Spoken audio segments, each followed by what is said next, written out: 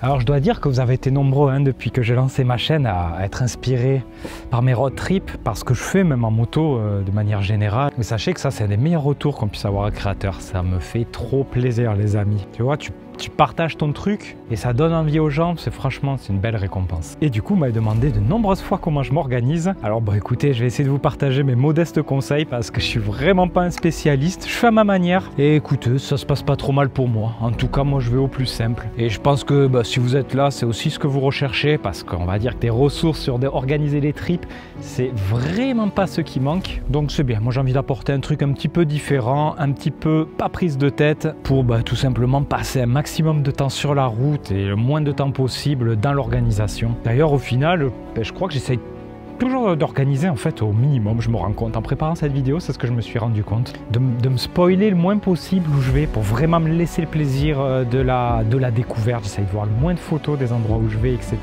De toujours laisser une place à l'improvisation. C'est quelque chose que vous allez retrouver beaucoup dans mes vidéos et dans ma façon de m'organiser. J'aime à penser au final que c'est ça un road trip, un voyage au gré des routes et pas une destination d'un point A à un point B. Donc écoutez, allez, on y va. Je vais essayer de vous partager tout ça du mieux que je peux. On se met en route.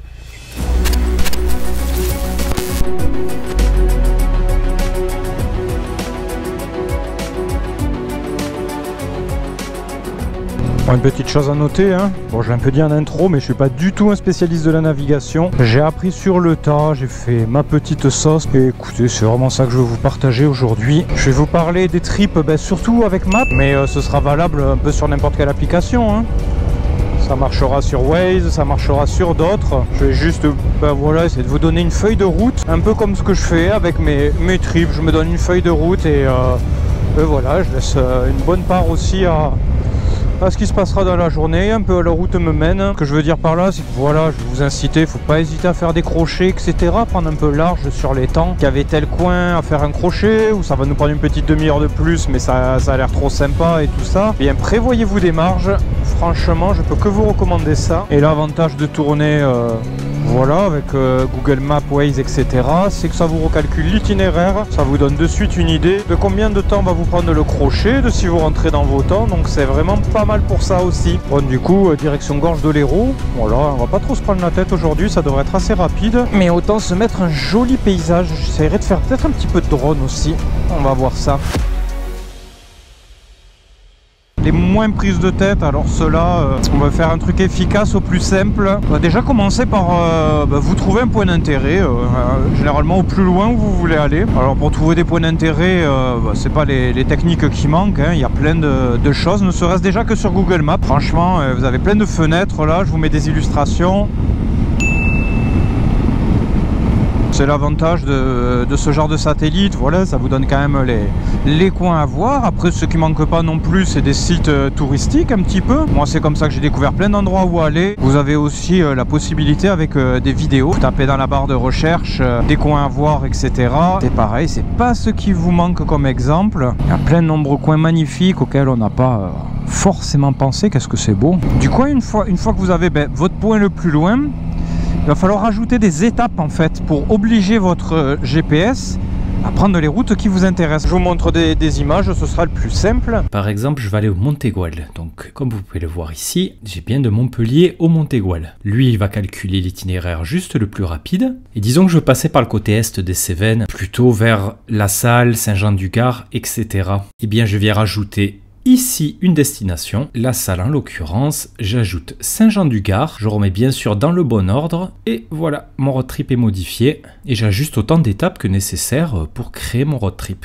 Comment choisir ces étapes? Franchement, c'est un peu l'habitude, c'est la vue satellite, passer en vue satellite les amis, et je dirais même aussi, si vous êtes dans une région avec du relief comme moi, passer en vue topographique. Là c'est tout bête, vous cliquez sur calque, sur plus et sur relief. Et franchement, je me suis toujours servi de cet outil là et ça rate quasiment jamais. Dès que je vois une route le long d'un col, j'arrive sur place, c'est magnifique, c'est le long d'un col, il n'y a pas de souci. Donc là, en vue satellite, je vais choisir, je vais voir quand c'est des prés, etc., des champs, je vais plutôt éviter. Forcément, quand je vois que c'est de la forêt et que je vois un village perdu, tac, j'y mets mon point relais dedans. Et c'est là vraiment que mon trip du jour se forme. Idem pour la topographie, je vois les vallées, j'essaye de remonter les montagnes, de cliquer débloquer un petit village perdu dans la montagne pour faire des crochets. Je me sers aussi du Street View, hein, tout simplement, quand je vois que ça va être vraiment peut-être trop route à chef pendant un moment, etc. Je vais jeter un petit coup d'œil avec le piéton. Le piéton, des fois, il me donne une route comme ça. Je fais non, mais en fait, c'est très bien. Là, toujours dans le menu précédent, calque plus, j'ai ce petit bonhomme. Dès que je le sélectionne, toutes les routes où il est utilisable sont allumées en bleu. J'ai plus qu'à le glisser quelque part. Mais voilà, sachez que je me prends pas trop la tête non plus et que j'avise sur place. J'hésite pas à faire des modifs et je réutilise les mêmes techniques sur place. Hein, j'hésite pas à modifier mon itinéraire s'il le faut. Tout comme je ne modifie même pas mes étapes. Des fois, je tourne, il me refait son calcul. Donc voilà, n'hésitez pas à improviser. C'est pour ça que je vous laisse, que je vous dis, prenez, voilà, prenez des marges pour avoir le temps de bifurquer. Et vraiment, s'il y a quelque chose que je voulais vous parler là dans vos nombreux messages, et merci de me les envoyer, c'est toujours un plaisir de vous y répondre, ça changera jamais ça pour moi. J'ai senti, comment dire, j'ai senti de l'inquiétude un peu, hein, je dois l'avouer, dans vos messages avant de partir. Est-ce que là je suis bon? Est-ce que j'arrive à m'organiser? Voire même pire, en fait, je sais pas faire.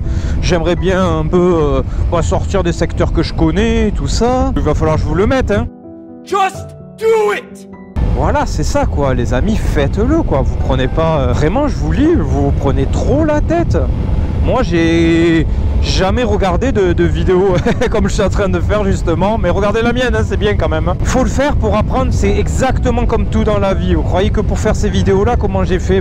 J'ai fait des dizaines de vidéos avant pour arriver à faire ce que je voulais. Pour les road trips, c'est pareil, j'ai fait des dizaines de road trips avant de comprendre un peu les trucs et astuces, mais surtout j'y vais, je le fais, je me prends pas la tête. Comment t'as trouvé ça? Ce coin, putain, c'était magnifique. Comment j'ai trouvé ce coin? Je vous l'ai dit des fois dans des vidéos. Franchement, j'ai pris un point au milieu de la pampa là-bas au fin fond et j'ai appuyé et go l'itinéraire. Je vois qu'il me met un peu de national, bim, j'y mets 2-3 étapes là pour être sûr de rester sur des routes bien sympathiques en moto. Et voilà, et puis je me laisse en mode road trip, me guider au gré des routes. Vaut mieux se mettre un point comme je suis en train de vous dire et partir au milieu de nulle part là. Et tant pis, si c'est pas ouf, eh ben vous aurez appris plein de trucs. Et de toute façon, je suis sûr que vous allez vous régaler dans la journée. C'est sûr que ce sera super. Mais en tout cas, c'est comme ça qu'on apprendra carrément plus. Vous voyez qu'en passant par là, vous regardez sur votre GPS, ah ben putain, du ciel ça ressemble à ça. Ben votre œil s'habitue à regarder les satellites. Moi, en un coup d'œil, maintenant je vois à peu près de suite les routes qui sont sympas. Je me gourre encore, mais c'est pas grave. Est-ce qu'il y a vraiment une route qu'on doit prendre ou pas? Non, ben non, ça fait partie du trip. Voilà, c'est pour ça que je parlais de topographie, de rivières. J'ai oublié de vous l'ajouter. J'hésite pas, je vois les rivières, je vois des routes qui longent les rivières. On les suit, un lac, hop là, on essaye d'y mettre l'étape par le lac et d'y faire un crochet. Et franchement, sans se prendre la tête, ça prend 10 minutes et vous faites une super journée comme ça. Mais allez-y, et même sans les étapes rivières, etc.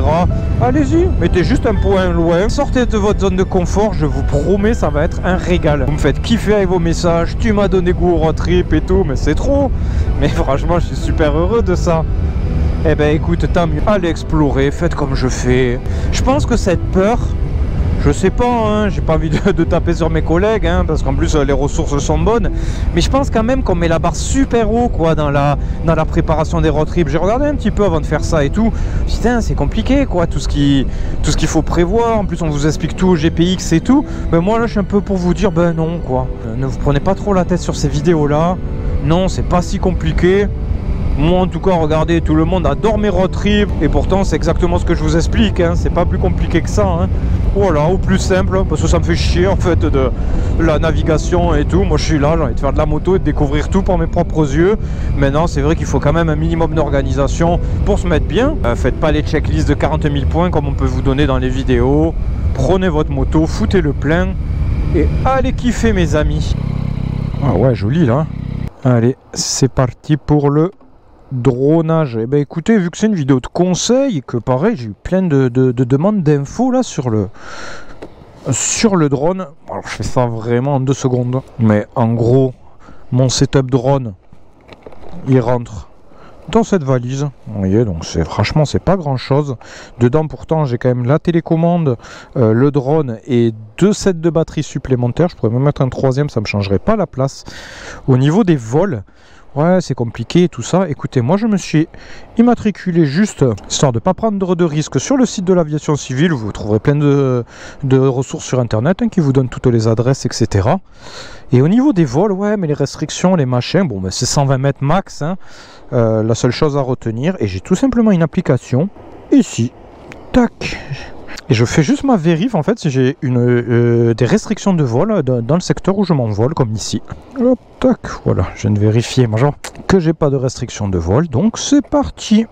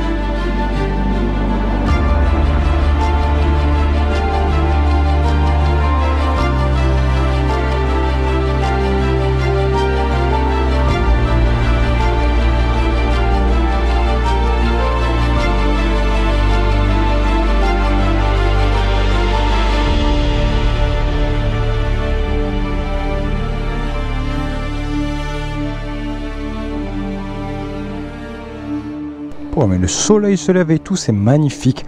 Bon, c'est beau le drone. Ah là là. Ça, c'est franchement, ça pur plaisir hein, de faire ces petits moments. C'est vrai que ça prend un peu de temps hein, ajouter à tout le trip là. Mais écoutez, ça vaut tellement le coup d'œil. J'ai vu que ça vous a super plu. Et bah, tant mieux parce que moi aussi. Voilà, bon, ben on va reprendre notre petite vidéo là, organisation de trip ou encouragement de trip, je sais pas. Quand je me réécoute, bon, je me dis que c'est un peu ce que je suis en train de faire, mais ça me va aussi en vrai. Hein. Maintenant le trip un petit peu plus long là, on va aller passer une nuit quelque part. Alors bon, bah, pour aller dormir, hein, il y a 42 millions de méthodes. Moi c'est vrai que j'aime bien prendre mon petit Airbnb. Mon petit appartement, voilà, tranquille, avec 1 heure d'accès. Je rajouterai pas grand chose hein, par rapport au trip que je fais dans des secteurs, parce que bon, finalement c'est inconnu aussi, hein, donc GPS, topographie, point d'intérêt, on essaye de structurer tout ça un petit peu, et puis toujours d'improviser pas mal aussi. Faites gaffe, je rajouterai un petit détail, juste faites gaffe à vos états de fatigue quand même, à pas prévoir trop long non plus. Moi je sais que je me fais souvent des grosses maths quand j'ai une grosse journée de route. Je vais essayer de quicher au max le matin, de me lever pas tard, pouvoir enchaîner, quitte à manger un petit peu plus tard, parce que voilà, l'après-midi ça va être de plus en plus fatigant, tout ça. On est sur des routes inconnues et ça pardonne pas. Donc voilà, juste un petit rappel pour ça, pensez-y. Mais sinon, rien de bien compliqué. Trouvez où dormir à votre guise. Ça, je vous laisse aviser, c'est au goût de chacun. Mais voilà, c'est pas plus compliqué. Hein. Tout ce qui est dans l'étape trip de 1 jour, ça marche très bien dans le trip de 2 jours. Le troisième type d'organisation, ça sera sur des road trips qui seront plus longs. Donc ben, là j'ai un bon exemple en tête, c'est le road trip des Bardenas que j'ai fait avec ma femme il y a 2 ans. Là ça a été, écoutez les amis, j'ai mis Montpellier à Bardenas déjà, voilà, pour avoir boum ma première ligne. Ok, ma première ligne qui passe que par des autoroutes, etc. Et les points hauts que je veux voir. Et vous voyez, au fur et à mesure je rajoute mes étapes. Et exactement comme dans les étapes d'avant, mon road trip se met à se structurer à ce moment-là. Je vérifie, je zoome un peu chaque secteur, etc. J'essaye de prendre un max de route de montagne. Quand il me fait reprendre une nationale ou un morceau d'autoroute, là, trop long, et ben tac, j'y remets un village pour l'obliger, voilà, rester dans le secteur où j'ai envie d'aller. Du coup, j'avais mon petit trip à peu près au final. Et ensuite, ben, tout simplement, j'ai sectionné en heures. Hein. Là, j'étais parti vraiment sur les plus grosses journées que je pouvais faire en moto, donc du 6 heures. Je prends mon point de départ, je compte mes 6 heures, je regarde où je peux arriver jusqu'à 6 heures de moto. Et hop là, j'ai la position de mon gîte à ce moment-là. Après, comme je disais, là, c'est à chacun de voir et tout, mais moi, j'aime bien prendre un peu confort quand même. Parce que je sais que voilà, c'est vrai que ces journées sont épuisantes, elles sont longues en moto et tout. Et voilà, voir un bon endroit, prendre une douche, voir un bain, prévoyez pour le repas quand même aussi, parce que c'est super dur de devoir reprendre la moto là, après s'être mis 6 heures, plus de 6 heures dans les pattes pour aller chercher à manger et tout ça. Moi tout ça je l'avais prévu d'avance, j'avais pris des endroits où je pouvais manger sur place et plus reprendre ma moto.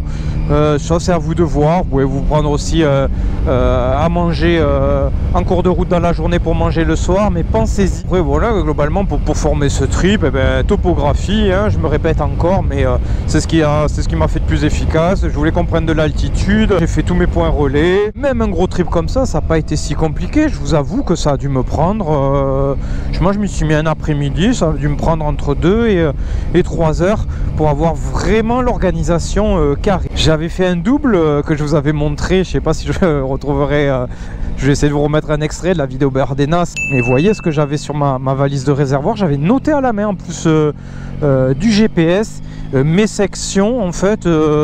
Voilà, je m'étais préfet des sections où je me suis dit là tu roules 2 heures puis tu peux te faire ta pause. Après j'avais pas d'obligation, hein, je le faisais aussi comme je le sentais. Voilà, j'ai préféré m'ajouter cette feuille de route. Je me suis dit, je sais pas si le téléphone tu vois il se met à bugger ou quoi et tout, voilà, au moins j'ai des grandes directions vers lesquelles aller.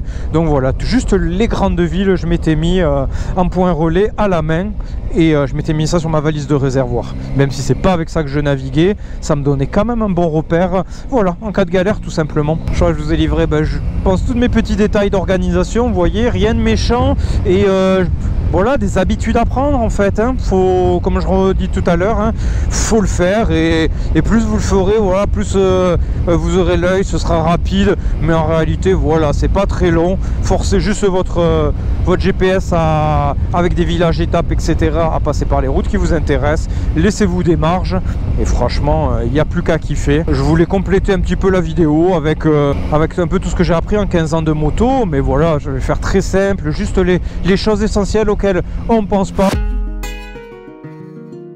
Alors donc pour moi des essentiels à prévoir sur des road trips à partir de 2 jours, je dirais, même s'il y a des choses qui peuvent être très utiles sur une journée. Le petit gonfleur, alors ça c'est super pratique pour vous faire un point de pression, surtout sur les gros trips genre Bardenas, etc. Ça coûte rien du tout, ça se charge, ça peut faire plusieurs charges de pneus. Je vous envoie à la maison, je vous le montre, le mien. Hop, il est là, l'engin.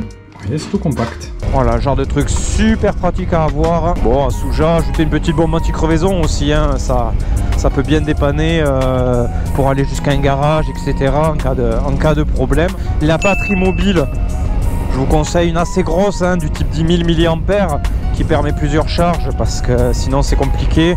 Mais voilà, c'est pareil, surtout si on met tout sur le téléphone, sur le GPS, ça vide les batteries. Pensez bien à vous prendre tout ça. La petite pharmacie, les amis, c'est pareil, ça, pensez-y. Alors, hein, on ne faut pas 40 millions de trucs. Quand je parle de petite pharmacie, des trucs tout bêtes, du Doliprane. Hein, on se rend pas compte, mais bon, moi j'ai un traceur en ligne d'origine et tout, mais elle casse la tête, hein, quand même au bout d'un moment. Ça avance, on s'en rend pas trop compte sur des petites balades. Sur plusieurs jours de moto, voilà, tu vois, des fois tu peux avoir mal à la tête et tout. Ça peut être dérangeant sur la route, ça peut agir sur ta sécurité. Franchement, un petit Doliprane là avant de partir. Et sur les courbatures aussi, voilà, ça peut être ça. Et d'autres, hein, je les ai pas de tête. Mais voyez ce qui vous va le mieux. Mais pensez à votre petite pharmacie. Ces trucs qu'on pense pas souvent, mais qui sont tellement pratiques quand on les a. Je vous dirais, moi je pars en botte, hein. Après, c'est clair que vous ne me verrez pas rouler autrement. Mais ton basket, un petit truc qui prend pas de place pour les arrêts. Quel bonheur là de poser ses bottes, d'enfiler ses claquettes là, un peu de se dégourdir tranquillement, de quoi nettoyer son casque. Alors ça, on se rend pas compte non plus à quelle vitesse on se fait crépir les vitres là, surtout si on part à la belle saison. Des fois on veut laver à la va-vite, on étale encore plus tout, c'est un bordel. Donc il y a plein de kits de légende nettoyante, prenez ça absolument, il faut que vous puissiez passer un coup de ça dans la journée, sinon si vous êtes en pleine cambrousse, vous allez vous crépir la vie, vous allez plus rien y voir en peu de temps. Puis moi je prends toujours mes petites barres là de céréales, je trouve que petites barres où c'est à votre goût, hein, ça je vous dis pas quoi prendre, comme d'hab vous ajustez selon vos goûts. Franchement ça refout de la patate pour 2 heures. Et pas là, on a du sucre rapide, on sent de suite mieux sur le pilotage, ça coûte beaucoup d'énergie de conduire une moto, de concentration et tout ça. Allez, maintenant je voulais vous envoyer les astuces en vrac. Déjà les tripes, je vous explique sur Google Maps, etc. Je vous montre sur la capture d'écran, regardez ce bouton, envoyez-vous le SMS à vous-même ou à quelqu'un d'autre, peu importe, en tout cas vous l'avez en historique. Parce que si vous faites fausse manip, que le téléphone y plante et tout ça, vous avez de quoi. En cliquant sur ce lien, comme le lien que je crée maintenant dans mes vidéos pour vous montrer les tripes que je fais et pour que vous puissiez les reprendre, c'est exactement la même technique. Sauf que là, c'est pas pour le partager, c'est pour se sécuriser l'itinéraire. Voilà, quoi qu'il se passe, ben, au moins vous avez un lien physique sur lequel vous pouvez cliquer qui vous rallumera l'itinéraire sur n'importe quel appareil. Une astuce pour les gros trips, en tout cas c'est ce que j'ai fait pour Bardenas et franchement j'ai pas regretté de le faire. Sur Bardenas, quand j'ai fait mon calcul avec mes points d'itinéraire là à peu près au milieu à chaque fois, voilà, pour répartir au mieux mes charges de journée, et je tombais sur presque sur plus de 400 bornes la journée. Ça c'est des trucs que j'avais pas trop l'habitude de faire. Et bien tout simplement refaites un itinéraire équivalent. Là moi j'étais parti sur des sections de 400 bornes à 2 chargées. Et bien on a chargé la moto avec des affaires, on a embarqué avec ma petite femme, on s'est prévu un putain de grosse boucle qui en vidéo, ça avait fait une belle vidéo, hein. On avait bien voyagé ce jour-là, 400 bornes, mine de rien ça fait de la route, hein. Pour voir est-ce que ça passe, est-ce que tout est bon. Et qu'est-ce que je m'étais rendu compte par exemple ce jour-là? Je m'étais rendu compte que j'avais mal au cul. Et oui.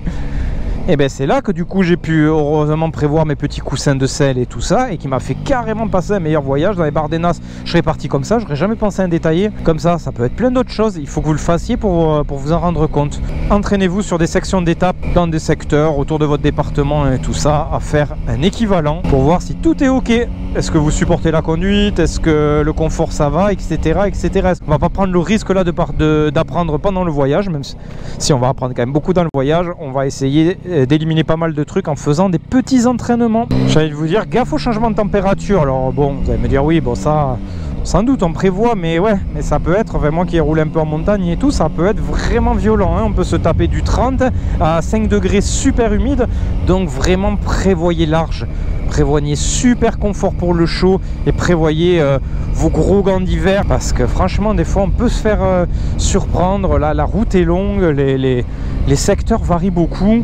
Pendant vos pauses que vous faites régulièrement, bien sûr les amis, hein, je ne vais pas vous reprendre les fondamentaux, mais faites ça régulièrement, qui je sais pas en moto, hein, c'est comme ça qu'on fait de la merde. On s'arrête régulièrement, on peut manger sa petite barre comme je disais tout à l'heure et tout, étirez-vous, tout bête, hein. Mais depuis que je fais ça, j'ai mis ça, je dis ça, j'ai mis ça assez vite dans mes trips, mais la pause est carrément plus bénéfique, ça prend 1 minute et vous allez voir comment vous vous sentirez bien. Bon, je suis obligé de vous montrer un petit peu. Nous voilà de retour au virage, en plus c'est parfait. Écoutez, c'est pareil, hein, moi je suis pas à vous donner les conseils universels, hein. Je comme tu fais depuis le début sur cette chaîne, j'essaye de faire des retours d'expérience, donc je vous fais le mien. Écoutez, moi pour moi ce qui a bien marché, j'en faisais juste 2. Allez, je vous pose le casque, je vais filmer avec le casque, ce sera parfait. C'est là que tu es content d'avoir des genouillères. Moi, tout bête, hein. T'as vu? Je m'assois, ça vient vraiment étirer tout le bas du corps, où c'est une partie qui est beaucoup engagée en moto. Et puis tout simplement, hein, hop là, on vient d'essayer de descendre un petit peu son corps comme ça. Puis j'en profite aussi pas mal pour m'étirer de mon long comme ça. Ça c'est tout con, mais ça remet archi bien. En plus d'être bien plus détendu, là, bien plus paré à refaire de la route, on peut rouler plus longtemps. Bon ben voilà, hein. Écoutez, on arrive tranquillement au bout de notre vidéo. Faudrait pas une petite session ride là très rapide? Allez.